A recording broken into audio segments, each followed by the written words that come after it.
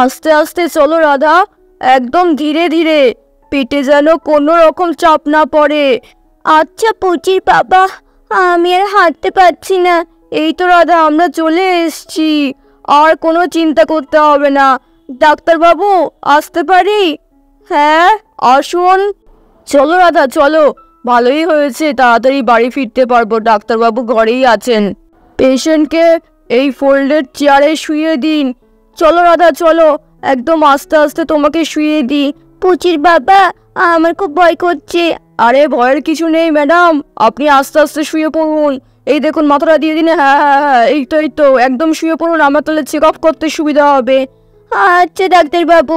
পুচির বাবা, তুমি কিন্তু এখানেই থেকো। হ্যাঁ, এইবার বলুন, আজকে আপনাদের ফাইনাল চেক আপ তো? হ্যাঁ ডাক্তারবাবু, আজকে আমাদের ফাইনাল চেক আপ হবে, আমাদের বেবি কেমন আছে সেইটার জন্য।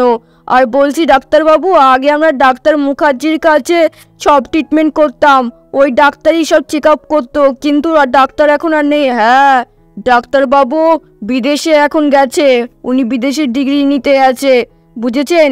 আমি তাহলে ফাইনাল চেক আপ করবো। আচ্ছা ডাক্তারবাবু, এই নিন আগের ডাক্তারের প্রেসক্রিপশনটা দেখুন, ধরুন দেখুন ভালো করে। আচ্ছা আচ্ছা ঠিক আছে, আমি সব দেখে নিচ্ছি। আচ্ছা, এই সপ্তাহেই ডাক্তারও বলেছিল তাই তো ডেলিভারি হবে? হ্যাঁ ডাক্তারবাবু, আজকেই আপনারা জানতে পারবেন আপনাদের শিশু কিরকম আছে, সুরক্ষিত নাকি অসুরক্ষিত। হে প্রভু, আগের ডাক্তার তো বলেছিলেন সুরক্ষিত আছে, এই ডাক্তারের জন্য বলে সুরক্ষিতই আছে আমার সন্তান। হে প্রভু, রক্ষা করো। আচ্ছা ম্যাডাম, আপনার কি মুভমেন্ট ঠিকঠাক মনে হচ্ছে? বাচ্চা কি নাড়াচাড়া ঠিকঠাক করছে? হ্যাঁ ডাক্তারবাবু, বাচ্চাই সারাদিনই নাড়াচাড়া করে, আমি বুঝতে পারি। কিন্তু ডাক্তারবাবু বলছি, রাধা রোজই বুঝতে পারে বাচ্চারা না একটু বেশি মনে হচ্ছে নড়াচড়া করছে, কারণ আমাদের আগে একটা সন্তান আছে, সেই সময় তো এত বেশি নাড়াচড়া রাধা অনুভব করতো না, এখন না একটু বেশিই করে। হ্যাঁ ডাক্তারবাবু, আমাদের আগেও একটা সন্তান আছে, ওর নাম পুচি। ও যখন হয়েছিল তখন তো এমন নড়াচড়া এত বেশি হতো না, এখন কেন হচ্ছে? এই মহিলার পেটটা দেখে যা মনে হচ্ছে একটু বেশিই বড় হয়েছে, মানে স্বাভাবিকের থেকে বেশি। তা আমি যে সন্দেহ করছি সেইটা হলেও হতে পারে। ঠিক আছে, দেখা যাক, আল্ট্রাসোনোগ্রাফি তো এখনই আমি করব, দেখা যাক কি হয়, আমার সন্দেহই সত্যি কিনা। আপনাকে এখন একটা ড্রপ খাওয়াতে হবে, ঠিক আছে? হাঁ করুন।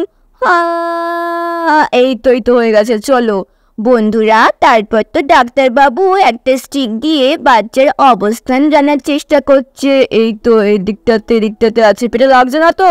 না না ডাক্তারবাবু, আমার খুব ভয় করছে। আরে ভয়ের কিছু কারণ নেই ম্যাডাম।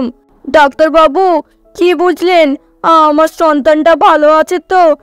আগের ডাক্তার বলেছিল আমার সন্তান খুব ভালো আছে, আপনি যদি একটু বলেন ভালো আছে তাহলে একটু নিশ্চিন্ত হই। হ্যাঁ ডাক্তারবাবু, বলুন না, আমার সন্তানটা ভালো আছে তো? বলুন না। আপনারা এত বিচলিত হবেন না, আজকে আপনারা তো জানতে পারবেনই আপনাদের সন্তান কীরকম আছে, সাথে সাথে আপনারা আপনার সন্তানকে দেখতেও পারবেন। হ্যাঁ, কি বললেন ডাক্তারবাবু? আমরা আমাদের সন্তানকে দেখতে পারবো পুচির বাবা? হ্যাঁ দাদা, ডাক্তারবাবু বলছে আমরা নাকি আজ দেখতে পারবো। হ্যাঁ, আমার সোনাটা। বন্ধুরা, তারপর তো ডাক্তারবাবু ইঞ্জেকশন নিয়ে আসছে। আরে ডাক্তারবাবু, আপনি ইঞ্জেকশন দিচ্ছেন কেন? আমি তো 2 দিন আগে ইঞ্জেকশন দিলাম। মা, তাই তো, আজকে তো রাধার ইঞ্জেকশন দেওয়ার কথা নেই, আজকে এটাই হলো ওনার ডেলিভারির আগে ফাইনাল ইঞ্জেকশন, তারপর একেবারে অপারেশনের দিন যেদিন ডেলিভারি হবে সেই দিন ইঞ্জেকশন পড়বে, বুঝেছেন? আজকেই লাস্ট ইঞ্জেকশন। আরে কি জানি বাবা, এই ডাক্তারটা ভালো তো, 2 দিন আগে ইঞ্জেকশন দিল, আজকে আবার ইঞ্জেকশন। হে প্রভু, তুমি দেখো আমার রাধার আমার সন্তান যেন ভালো থাকে। বন্ধুরা, আমাদের শ্যাম তো খুব টেনশন করতে থাকে ইঞ্জেকশনটা নিয়ে, যতই হোক শ্যাম তো দ্বিতীয়বার বাবা হচ্ছে। চলুন, ইঞ্জেকশনটা আমি এখানে পুশ করছি, ঠিক আছে? হ্যাঁ পুচির বাবা। হ্যাঁ তো দাদা, আমি আছি। বন্ধুরা, তারপর তো ডাক্তারবাবু ইঞ্জেকশন পুশ করে দেয়। চলো ভালো করে তুলো দিয়ে জায়গাটাকে করে দিই, মেসেজ করি, নাহলে আবার আমার আল্ট্রাসোনোগ্রাফি করতে অসুবিধা হবে। আরে ডাক্তারবাবু, অক্সিজেন মাস্ক নিয়ে কি করছেন আপনি? অক্সিজেন মাস্ক দেবেন নাকি রাধাকে? এখনই কি অপারেশন হবে নাকি? আরে শ্যামলাল বাবু, আপনি একটু চুপ কথা কম বলেন তো। অপারেশনের আগেও অক্সিজেন মাস্ক দেওয়া হয় যখন আমরা বুঝতে পারি বাচ্চাদের হার্টবিটে যাতে কোনো সমস্যা না হয়। যতই ও গালটা করছি তো এখন আমি, পুরো ডিস্টার্ব করবেন না, বুঝেছেন? আমাকে আমার কাজটা ঠিক মতো করতে দিন। আপনারা পেশেন্টের বাড়ির লোক এত বেশি ঝামেলা করেন না। হায় হায়, এবার আমি কি করব? হে প্রভু, মনে হয় ডাক্তার যা করছে সব ঠিকঠাকই যেন হয়। বন্ধুরা, তারপর তো ডাক্তারবাবু আমাদের রাধাকে অক্সিজেন মাস্কটা পরিয়ে দেয়। পুচির বাবা, তুমি কিন্তু এখানেই থেকো। হ্যাঁ রাধা, আমি তোমার সাথেই আছি, এই তো এখানে দাঁড়িয়ে আছি। আরে ডাক্তারবাবু, এটা দিয়ে কি করবেন? শুনুন, এখন আমি এইটা আপনার স্ত্রীর পেটে লাগাবো, আর আপনি এই স্ক্রিনের দিকে তাকিয়ে থাকবেন। এই স্ক্রিনের দিকে তাকালে আপনি আপনার সন্তানকে দেখতে পারবেন। হ্যাঁ বন্ধুরা, আমাদের শ্যাম তো পুরোই অবাক হয়ে যায়। আরে সন্তানকে দেখতে পারবো? হ্যাঁ, সন্তানকে দেখতে পারবেন। চলো চলো, এই জায়গাটা প্রেস করি, প্রেস করি।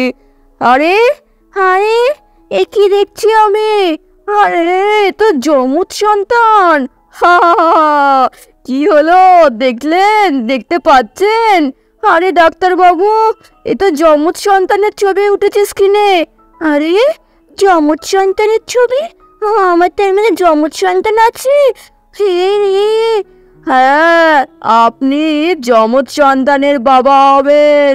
শ্যাম বাবু, বুঝেছেন? দেখুন আপনার যমজ সন্তান কিরকম বসে আছে। আরে রাধা, রাধা শুনছো? আমাদের চোখে যমজ সন্তান হবে। এই দেখো ছবিতে রয়েছে, স্ক্রিনে দেখা যাচ্ছে। চলো দেখো রাধা, রাখো। যমজ সন্তান আমার সোনারা, আমার সোনা। বন্ধুরা, আমাদের শ্যামটা আদর করতে থাকে স্ক্রিনে ছবি দেখার পরে। আরে শ্যামলাল বাবু, শ্যামলাল বাবু, এদিকে সরে আসুন, সরে আসুন। স্ক্রিনের সামনে যাবেন না, আমাদের নিয়ম নেই এখানে।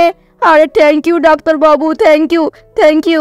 এতদিন আমি জানতেই পারিনি যে আমি যমজ সন্তানের বাবা হচ্ছি। আপনার কারণেই তো আমি জানতে পারলাম। চলো এইবার এই মহিলাটির অক্সিজেন মাস্কটা আমি খুলে দিই। যতই হোক, ওনারা তো দেখতে ইচ্ছা করে ওনার সন্তানদেরকে। ওনার স্বামী এত উত্তেজিত হয়ে পড়েছে সন্তানদের দেখে। নিন, আমি অক্সিজেন মাস্কটা খুলে দিচ্ছি, আপনি দেখুন সন্তানদের। পুচির বাবা, পুচির বাবা, আমি দেখবো, দেখবো আমি। এই যে শ্যামল বাবু, আপনার স্ত্রীকে দেখান আপনাদের সন্তানদেরকে। আপনাদের আজকের এই দিনটা মনে হয় খুব স্মরণীয় একটা ঘটনা হয়ে থাকবে জীবনে। অনেক স্পেশাল ডে আজকে আপনাদের, আজকে আপনাদের উৎসব করার দিন। হ্যাঁ ডাক্তারবাবু, আমি এক্ষুনি যাচ্ছি। রাধা, রাধা এদিকে আসো, আস্তে আস্তে ওঠো রাধা। দেখো, দেখো আমাদের যমজ সন্তান, দেখো। আরে পুচির বাবা, পুচির বাবা, যমজ সন্তান কোথায়? আচ্ছা আচ্ছা, আস্তে আস্তে আসো। দেখো রাধা, ওই দেখো স্ক্রিনে দেখা যাচ্ছে, দেখেছো? আমাদের যমজ সন্তান রাধা। আরে বাবা, আরে পুচির বাবা, আমাদের যমজ সন্তান। ও মা, দেখো দুজনে কি সুন্দর মুখ ঘুরে ঘুরে রেখে দিয়েছে দুজনের দিকে। আরে পুচির বাবা, আমাদের কত ভালো লাগছে, তোমাকে আমি কি বলবো। আমিও তো রাধা, এত খুশি আমি জীবনেও হইনি। দেখো কত সুন্দর দুটো বাচ্চা। আরে বাবা, আরে রাধা, তোমাকে কিন্তু এখন খুব যত্ন করে রাখতে হবে, কারণ তুমি দুই সন্তানের মা হচ্ছ একসাথে। আরে পুচির বাবা, আমি তো নাচতে ইচ্ছে করছি আনন্দে। আচ্ছা ডাক্তারবাবু, এইটা সন্তানটা মেয়ে নাকি এই সন্তানটা ছেলে? আর এইটা দুটো ছেলে নাকি এরা দুজনেই মেয়ে? ডাক্তারবাবু বলুন না, কোনটা ছেলে কোনটা মেয়ে? নাকি দুটোই মেয়ে নাকি দুটোই ছেলে? আরে আরে, আপনি একটু শান্ত হন। আমাদের এখানে লিঙ্গ নির্ধারণের কোনো ব্যবস্থা নেই, আর লিঙ্গ নির্ধারণ করা দণ্ডনীয় অপরাধ, বুঝেছেন? সন্তান যেই হোক, ছেলে অথবা মেয়ে, একটা মায়ের কাছে সব সমান। আপনি একদম ঠিক কথা বলেছেন ডাক্তারবাবু। রাধা, আমাদের বড় সন্তান পুচি আছে, সাথে আমরা আরও দুটো সন্তানের জন্ম দেব একসাথে। মানে আমরা 3 সন্তানের বাবা মা রাধা। এইটা ভেবেই আমার এত খুশি লাগছে। আমার আর কোনো পরিচয় নেই, সন্তান ছেলে হচ্ছে বা মেয়ে হচ্ছে সেই নিয়ে আমার বিন্দু মাত্র কৌতূহল নেই। আমি 3 সন্তানের বাবা, এটাই আমার সবচেয়ে বড় পরিচয়। হ্যাঁ পুচির বাবা, আমি বুঝতে পেরেছি।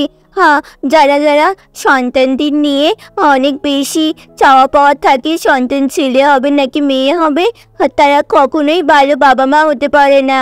ঠিক বলেছো তুমি রাধা, সত্যি তারা কখনোই ভালো বাবা মা হতে পারে না। আমরা আমাদের 3 সন্তানকে অনেক ভালো মানুষ করব, তারা অনেক বড় হবে, সমাজের কল্যাণে কাজে লাগবে। রাধা রাধা আমরা আমরা আমরা এই প্রতিজ্ঞাই করছি বাবা মা হিসাবে। চলো রাধা, চলো, আস্তে আস্তে ওঠো, আস্তে আস্তে আমাদের হাতটা ধরো। ডাক্তারবাবু, আমরা তাহলে কি এখন আসতে পারি? আর বলছি, রাধাকে কোন ওষুধ খাওয়াবো ডাক্তারবাবু? এতদিন আপনি আপনার স্ত্রীকে যে ওষুধ খাইয়েছেন সেই ওষুধটাই চলবে এখনো, বুঝেছেন? ডেলিভারির আগ পর্যন্ত আপনারা নিশ্চিন্তে বাড়ি যান, আপনাদের সন্তান খুব ভালো আছে, কেমন? আর হ্যাঁ, বাড়ি যাওয়ার পথে মিষ্টি কিনতে ভুলবেন না কিন্তু। রাধা রাধা, আমি যে কি খুশি। কোন মিষ্টি নিয়ে যাই বলো তো?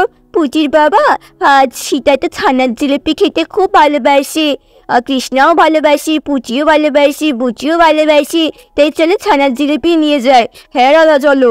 তাহলে বন্ধুরা, কেমন লাগলো আমাদের আজকের এই পর্ব? ভালো লাগলে অবশ্যই লাইক, কমেন্ট, শেয়ার করো। আর হ্যাঁ, পরবর্তী পর্বে রাধার স্বাদের অনুষ্ঠান আছে, তোমাদের কিন্তু সেই অনুষ্ঠানে থাকা চাই। সবার নিমন্ত্রণ রইল। বাই।